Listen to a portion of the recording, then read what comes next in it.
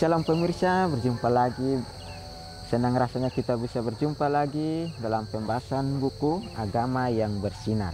Sebagaimana di dunia ini, bila kita dapat dan memantulkan akan karakter Kristus di dunia ini, ya, bagaimana kita dapat memberi petunjuk kepada orang yang mau belajar pengharapan sejati bagi semua orang, ya, kegembiraan kepada orang yang larut dalam kesedihan, dan kegelegaan kepada yang letih, menyuguhkan kepada kita suatu cara yang lebih baik, ya. Suatu cara yang lebih baik mengungkapkan kepada kita suatu kehidupan yang lebih sederhana dan lebih manis. Semua pembaca akan penuh dengan kegembiraan dan kesukaan bersinar menyinarkan kasihnya dimanapun kita berada, ya. Di dunia ini biarlah kita memancarkan akan kasih Tuhan di dalam kehidupan kita, agar hari demi hari kita dapat bersinar seperti firman yang Dia telah berikan kepada kita. Untuk saat ini saya mengundang kepada pemirsa untuk berhenti sejenak dalam setiap tugas dan tanggung jawab pemirsa, sehingga kita dapat belajar bersama-sama dalam firman Tuhan yang dengan judulnya dalam mempercayai dan mengasihinya. Ayatnya terdapat dalam Mazmur 5 ayat 12. Tetapi semua orang yang berlindung padamu akan bersuka cita, mereka akan bersorak-sorai selama-lamanya, karena engkau menaungi mereka dan karena engkau akan bersukaria orang-orang yang mengasihi namamu, ya. Bila kita dapat mengasihi dan bersuka cita dalam kehidupan kita, sebagaimana ayat ini memberikan kita, karena kita berada di dalam lindungan Tuhan, maka kita harus bersuka cita dalam setiap apa yang kita miliki. Bersusah duka kita harus datang kepada Tuhan, sehingga si iblis itu jangan ada dalam kehidupan kita. Jangan kita memberikan ruangan kepada dia, tetapi kita memberikan ruangan yang kosong itu diisi penuh dengan kemuliaan Tuhan, sehingga dia tidak dapat memakai kita untuk membawa suatu kejahatan, suatu masalah dalam kehidupan kita. Biarlah ini dapat menyuguhkan akan iman kita, supaya hari demi hari kita dapat lebih dekat kepada Tuhan, ya. Ketika mungkin bersuka cita dalam pengharapan, pembela kita ada di bait suci surgawi, memohon demi kita. Melalui jasa-jasanya kita memperoleh pengampunan dan kedamaian, ya. Kita mungkin bersuka cita dalam pengharapan, ya. Pengharapan itu ialah kita berdiri di dalam kasih Kristus. Kita mau menuruti akan perintah-perintah Tuhan, maka kita dapat pengharapan yang sangat luar biasa, yang sangat besar yang Tuhan berikan kepada kita. Biarlah pengharapan ini kita dapat pakai untuk memberikan yang terbaik kepada sesama-sesama kita, karena pembela kita ada di dalam bait suci surgawi. Pembela kita sudah duduk di sana, dia tinggal menunggu kita, menunggu kita yang orang-orang yang setia, menunggu kita orang-orang yang benar untuk masuk ke dalam kerajaan bersama-sama dengan dia. Nah, kita memiliki kuasa, yang ajaib, kuasa yang begitu luar biasa, sehingga kita dapat berkumpul di bait suci surgawi yang Tuhan mau sediakan bagi kita, ya. Melalui jasa-jasanya kita memperoleh pengampunan dan kedamaian, ya. Ketika Yesus disalibkan, dia datang ke dunia ini, dia mati untuk kita, untuk menyempurnakan akan tabiat kita. Dia mau untuk menyucikan akan segala dosa-dosa kita, membersihkan akan semua kelakuan yang kita lakukan di dunia ini. Dia yang tidak berdosa, dia datang ke dunia ini untuk rela menanggung semua dosa-dosa kita sebagai umat-umatnya, ya. Jasa-jasanya itu kita harus menerimanya dengan senang hati, karena jasa yang dia sudah berikan kepada kita itu sangat mahal, jasa yang sangat luar biasa, ya. Biarlah di dunia ini kita dapat mengambil satu makna, mengambil satu kesempatan untuk datang kepadanya. Karena setan berusaha untuk menjatuhkan kita. Ya, dia datang ke dunia ini, banyak tantangan, masalah yang dia hadapi, tapi dia bersama dengan Bapaknya, dia dapat mengatasi semuanya ini. Pada waktu penyaliban, si iblis mengatakan bahwa dia tidak bisa berbuat apa-apa lagi. Tetapi pada waktunya sudah tiba, dia dapat memenangkan akan kemenangan itu. Ya, si iblis itu akan tidak dekat lagi kepadanya, dia akan jauh karena Tuhan sudah menang, karena ada pengharapan yang sangat luar biasa yang dia berikan kepada kita, ya, mengenakan kebenarannya kepada kita dan menyesuaikan kita dengan penghuni surga, di mana kita dapat berdiam dalam terang selamanya. Ya, berarti kita di dunia ini, kita mau bersedia dan berjaga-jaga, ya, kita mau menuruti akan segala perintahnya, maka kita akan diam bersama dia di dalam terang selamanya. Terang yang dia berikan kepada kita, ya, terang itu sudah ada pada kita. Kita mau untuk melakukannya. Kepada terang yang harus kita jalankan, ya, terang itu sudah ada pada kita. Hanya kita yang siap untuk melakukannya. Dengan terang itu sudah ada pada kita, tetapi kita tidak mau untuk membagikan akan terang-terang itu. Karena apa? Karena Yesus sudah memberikan kepada kita, malah kita membawa dengan keegoisan kita memakai itu sebagai satu alat untuk menguji diri kita sendiri, tetapi bukan satu alat untuk kita dapat membenarkan akan kehidupan kita dapat membagikan akan karakter Kristus di dalam kehidupan sanak saudara kita, ya, di lingkungan kita, dimanapun kita berada. Kita dapat mencarkan akan karakter kita, mencarkan akan terang yang Yesus berikan bagi kita untuk dapat memberikannya sesuai dengan apa yang Tuhan kehendaki. Ya, saudara-saudara terkasih, ketika iblis memenuhi pikiran Anda dengan keputusasaan, kesuraman, dan keraguan, tolaklah sarannya. Ya, ini satu pelajaran yang sangat berarti buat kita.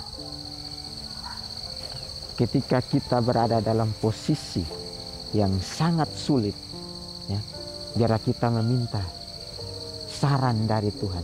Jangan kita mengikuti akan keegoisan kita, mengikuti akan pikiran kita, akan kemampuan kita, maka kita akan jatuh sendiri dalam jerat, ya, karena iblis itu akan menjatuhkan kita dalam setiap kondisi apapun yang kita hadapi, ya. Sebagaimana masalah-masalah yang kita hadapi, biar kita datang kepada Tuhan, kita serahkan semuanya itu kepada Tuhan, karena berjalan dengan Tuhan, bekerja dengan Tuhan itu tidak gampang. Dia akan menjatuhkan kita, ya. Sebenarnya juga iman kita, kalau iman kita tidak kuat, maka kita akan jatuh dan kita akan keluar dari jalan-jalannya Tuhan, prinsip-prinsipnya Tuhan yang harus kita praktekkan, harus pegang teguh supaya iman kita ini jangan lemah, iman kita ini jangan kendor, ya. Beritahukan kepadanya tentang darah Yesus yang menyucikan dari segala dosa. Anda tidak dapat menyelamatkan diri Anda dari kuasa si penggoda, tetapi dia gemetar dan melarikan diri ketika kuasa dari darah yang berharga itu didorong.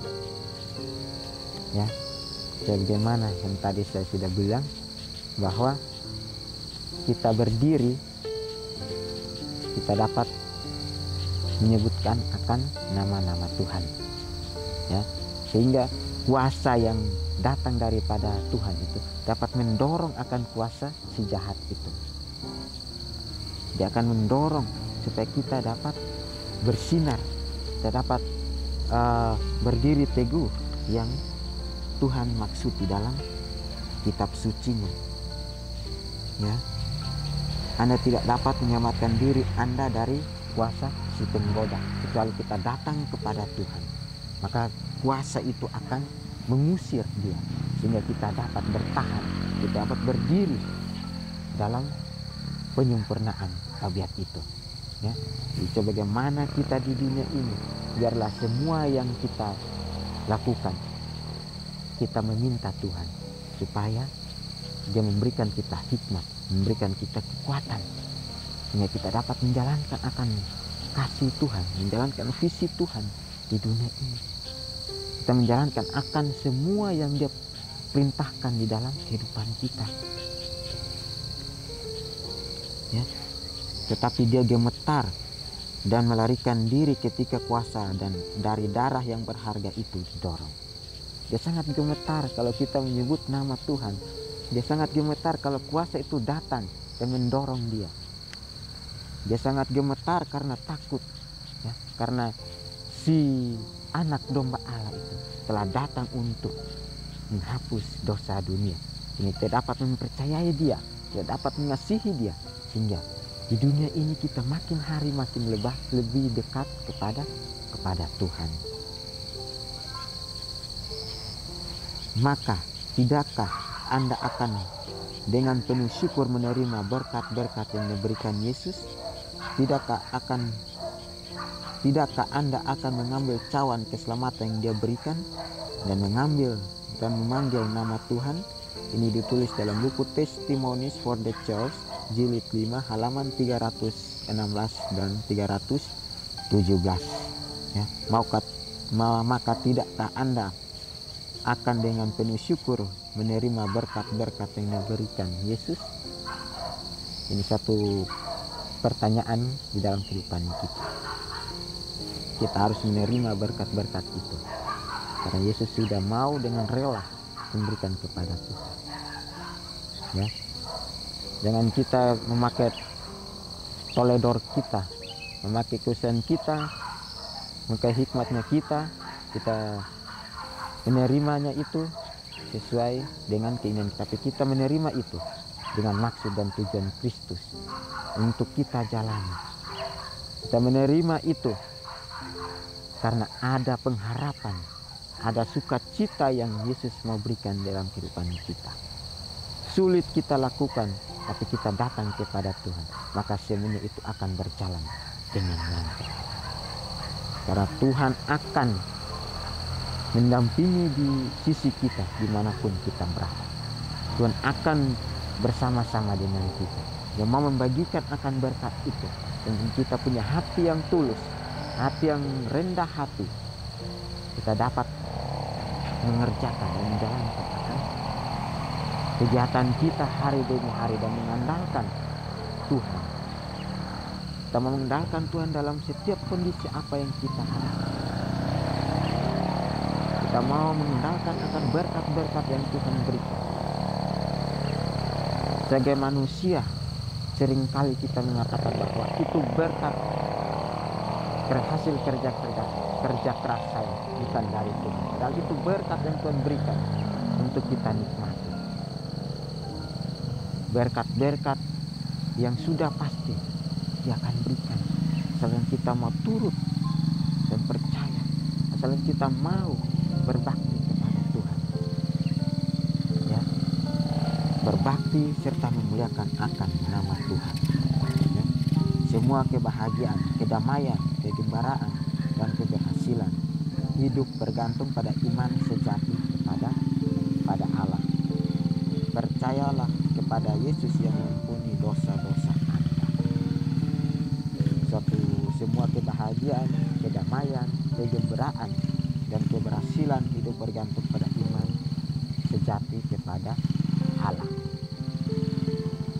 Ya. Dalam kehidupan kita punya iman supaya kita dapat mendapatkan akan kebahagiaan, kedamaian, ya, kedamaian, kegembaraan, dan keberhasilan yang dapat menguntung akan kehidupan kita di dalam Yesus. Ya. Karena iman yang kita punya, kita dapat memberikan sepenuhnya kepada Tuhan, bahwa Tuhan inilah aku, pakailah aku sehingga di akhir nanti kita dapat pengharapan, kita dapat sukacita, kegembiraan yang penuh dengan iman, ya. Bagaimana kita di dunia ini, iman yang kita punya, biar kita dapat pertahankan itu. Karena sebuah talenta yang Tuhan berikan dengan iman, maka kita harus kerjakan itu sesuai dengan kehendak Tuhan. Nah, sebagian iman dari kita juga kita harus melakukan, ya, membersihkan akan kehidupan kita. Sebagian iman adalah sebagaimana kita hidup di dunia ini adalah membersihkan kamar kita sendiri, adalah hidup bagian dari iman. Nah, jangankan kamar kita sendiri, tapi kehidupan kita, ya, dapat membenah, dapat memperbaiki agar iman Tuhan selalu ada pada kita, sehingga kita dapat pengharapan untuk bersama-sama dengan Dia. Kita dapat bersuka cita bersama-sama dengan Tuhan. Seorang yang menghendaki anak bahagia di dalam rumah yang telah disediakan bagi anak, dia mau hidup dalam hadiratnya, memiliki hidup kekal dan mahkota kemuliaan. Amanat kepada orang muda halaman 516, ya. Dia mau kita hidup di dalam hadirat Tuhan. Dia mau kita menjadi mahkotanya Tuhan. Kita menjadi umat gembalanya Tuhan. Dia akan memberikan kita mahkota kekal dalam kehidupan kita. Mahkota yang Dia berikan itu sangat luar biasa. Mahkota yang sangat menyejukkan hati kita ialah hidup bersama dengan Yesus, hidup yang kekal. Dia sudah memberikan nyawanya di atas kayu salib untuk menebus kita, umat manusia yang berdosa ini, ya. Dia mau kita bahagia di dalam rumah tangga kita. Dia mau kita bahagia dalam rumah tangga kita jika kita mengandalkan akan nama Tuhan.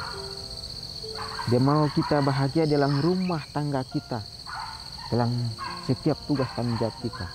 Kita mau bersyukur dan berterima kasih akan kesempatan yang Tuhan berikan kepada kita, ya. Biarlah dengan nasihat ini, saudaraku, apa yang harus kita lakukan sehingga kita memiliki sikap iman yang kuat dan teguh di tengah-tengah deras dan kerasnya tantangan dan godaan dunia ini. Sebagaimana ayat kita katakan bahwa tetapi semua orang yang berlindung padamu akan bersuka cita, mereka akan bersorak-sorai selama-lamanya, karena Engkau menaungi mereka, dan karena Engkau akan bersukaria orang-orang yang mengasihi namamu. Ya. Menghadapi keras dan derasnya godaan dengan mengandalkan hikmat dan kekuatan manusia, maka kita pasti jatuh, ya. Kita butuh kekuatan ekstra, sebuah kekuatan yang mampu mematahkan segala bentuk pencobaan hidup, mampu mematahkan pencobaan hidup, dan kekuatan itu adalah Allah. Melalui firman ini kita hendak diingatkan bahwa ketika kita jauh daripadanya, maka hati kita tidak akan pernah merasa tentram dan dalam dunia ini. Tetapi saat kita datang kepadanya, maka kita akan merasa senang, merasa tenang. Tuhan adalah sebagai tempat berlindung kita. Tuhan adalah perisai kita, Tuhan adalah perlindungan kita, dan kita datang kepadanya dengan sepenuh hati kita, ya.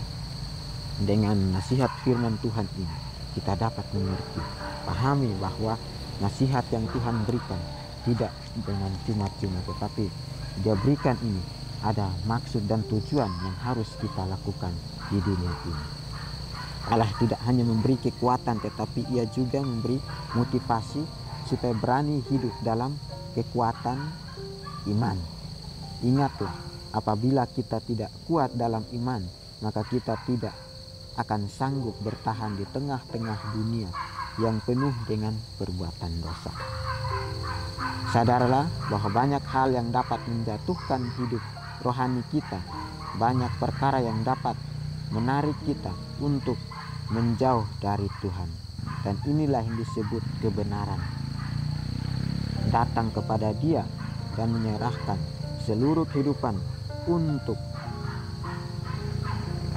dikendalikan dan diarahkan sesuai dengan rencananya. Jika demikian, Mazmur 5 ayat 13 akan digenapi, sebab Engkaulah yang memberkati semua orang benar. Ya, sebuah nasihat firman Tuhan supaya kita dapat mempraktekkan dalam kehidupan kita di akhir zaman ini, sehingga kita dapat percaya kepada Yesus, kita dapat mengasihi Dia yang sudah menjadi teman hidup kita, sudah menjadi akan saudara kita, sudah menjadi akan sahabat kita dalam kehidupan kita, dan mau mengenalkan Dia dalam kehidupan kita hari lepas hari. Inilah nasihat firman Tuhan, janji yang sudah pasti Dia akan berikan, itu janji kemenangan, kehidupan kekal. Pemirsa, kita akan berjumpa lagi di kesempatan berikutnya, dan Tuhan memberkati.